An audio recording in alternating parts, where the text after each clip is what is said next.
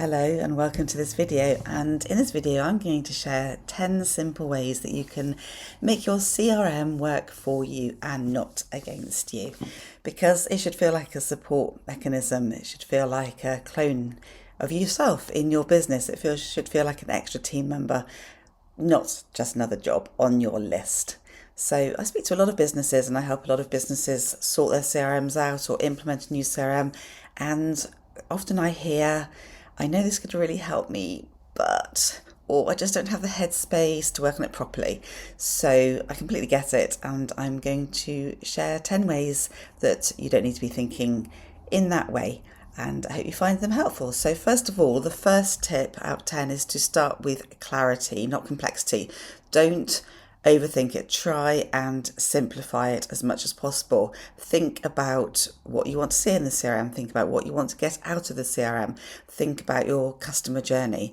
But project yourself forward 6 months, a year, and think, what do I want to be doing with the CRM? What data do I want to get out of it? How do I want to be looking after my clients? And map that out. So map out your customer journey and have a really good think about it. Just grab some paper, coloured pens, get out in nature, just remove yourself from tech and just have a really good think about it, because it really will pay off. So the second thing to do is building on that, really, and that's to define your key stages. And CRM is often about lines in the sand. So where does a prospect turn into a potential client, and when does a potential client turn into an actual client? It could be when the services agreement is signed. It could be when the initial invoice is paid. And often businesses do these things differently, but as a rule of thumb, a prospect is somebody that you are communicating with, but they haven't yet shown themselves to be talking to you about something that you can help them with. And when they do, they become a potential client, and then you look after them in your pipeline. And then when they verbally accept and you send a services agreement, maybe the first initial invoice, if you invoice for part of your service up front, then they become an actual client. And then when the work is done, they become a previous client. And when you tag them in that way, group them in that way, it means that you can look back on your data and you can think about the people that you offered a service to maybe a couple of years ago and connect with them in the future. And you can look at your prospects and you can analyse them and you can see how your marketing's doing. So really define your key stages. The third tip to help you make the most of your CRM is to capture opportunities earlier than you think, because when you do that, you stop them slipping through the cracks. So think about your sales process. Think about creating an opportunity within your sales pipeline to help that potential client become an actual client. And don't leave it until they've given you the nod, or you've done a dem, or you've sent out a proposal. Get them into your pipeline earlier than that, because when you do that, you will find that more sales will convert, more conversations will happen, and less opportunities will fall between the cracks. The fourth tip is to standardize how you follow up, and this also ties in with the entire customer journey and with the sales process. So many people mess up their follow-ups, and you don't need to. When you get the follow-up strategy right for your clients, thinking about your potential client, your ideal client avatar first and foremost, then you will find it pays off. There's nothing more annoying than talking to somebody and then they don't follow up. So don't feel that you're bugging people. Have good follow-ups in place so that you're continuing to connect, and a follow-up might land in somebody's inbox just as they're going, oh yeah, I do need that. That was good timing. So don't be afraid. Don't over follow up. Don't, just do think about who your ideal client is and how much follow-up they would like and need. Don't go past that because you don't want to cause friction. But be consistent in your follow-up, and you can do that by getting that process into your CRM.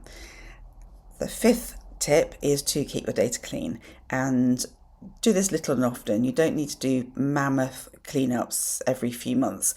Do it on a regular basis. Keep on top of your data. Have a think about The tags, are they up to date and on the right people and organisations?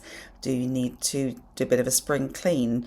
Perhaps set some time aside every week, maybe just half an hour or an hour, just to keep on top of that data, because it really will pay off. It really is a case of a stitch in time saves nine, because it's a mammoth job when that data gets unwieldy and out of control. And no data is ever going to be perfect, because people move jobs, people change their contact details, but just have it as good as you can, because it really, really will pay off massively. So the sixth tip is to use tags with purpose. Use them intentionally. Use them sparingly, though. Make sure you're using tags in the right way. So tags in CRMs, particularly in Capsule CRM, are really good for showing where somebody is on the customer journey. They are also really good for identifying groups of other contacts, because a CRM doesn't have to be client relationship management, which is what traditionally it was or is. It can be contact relationship management, which means you can put all of your contacts in there. So you can tag people as suppliers, partners, associates, team members, networking contacts. So do keep on top of your tags, but use tags to identify the groups that organisations or people belong to, rather than static information. So static information such as industry, maybe what they've purchased from you, that type of data is better off in a custom field. So do think about your tags and your custom fields. And Capsule also has data tags, which means there's an extra level of sophistication where you can create custom fields that relate to that data tag, and those custom fields are only available if you apply that data tag, and other CRMs have similar. So the seventh tip to make the most of your CRM is to log activity in a meaningful way. So do upload emails and make meeting notes. We can very easily get transcriptions of meetings these days, so summarize those, pop those into your CRM, but look after the activity that you're doing in a meaningful way. Have different categories, have different activity types. Think about the grouping, the type of activity that you do. You might have activities such as sales follow-up or delivery or create proposals, that type of thing, but you would also have meetings, notes, phone calls, and when you log it in a meaningful way, it means you can look back at it and you can see how much you've done of what different activity type, and it means that you can keep on top of what type of activity works for you and for your clients. The eighth way to make the most of your CRM is to let your CRM do the remembering, and this builds on what we've just said about activity types. Do store conversations in your CRM, do make notes, do add the extra level of detail, because when you look back in a year or 2 or 3 months or 3 weeks, then it is so helpful to have all of that information in one place, and you can see what has happened with that contact with that person, or you can remind yourself as to what went on, so that when you get on that call with that person, or when you meet up with them, then you have all of the information in the front of your mind, and you're coming across really well and in a really caring way. And of course, we buy from people that we like, know and trust, so that's really, really important. So the ninth thing to think about, the ninth tip, if you like, is to focus on consistency, not perfection. As we've already said, data is never going to be perfect. People change roles, things happen, they change contact details, etc. But if you're consistent with your data, if you can keep it consistently up to date, if you're consistent with your tagging and your note taking and storing of emails, then the whole CRM will feel like the place you should be, rather than just something that is another thing that saps your energy. It's giving you back what you put into it. So be consistent with it. If you struggle to be consistent with it, then maybe set up a reminder, maybe in your diary, maybe for the first sort of 3 or 4 weeks, because it takes 21 days to get a habit in place. So they say, then do help yourself to remember to go into the CRM to keep on top of what's in it, because it will become then one of the first things you open in the morning when you start work, when you think about things, and just be consistent with it. Don't strive for perfection. Strive for perfection, but don't insist on perfection. Be consistent with what you're doing, and it really will pay off. And the 10th and last tip is to really make the CRM work for you. Just think about your business. Take advice from other people, and talk to people that have been through it, but think about what's best for your business, what's best for your business model, what's best for your ideal client, how your ideal client avatar wants to be communicated with and interacted with. Think about how you do things, think about how you want to do things.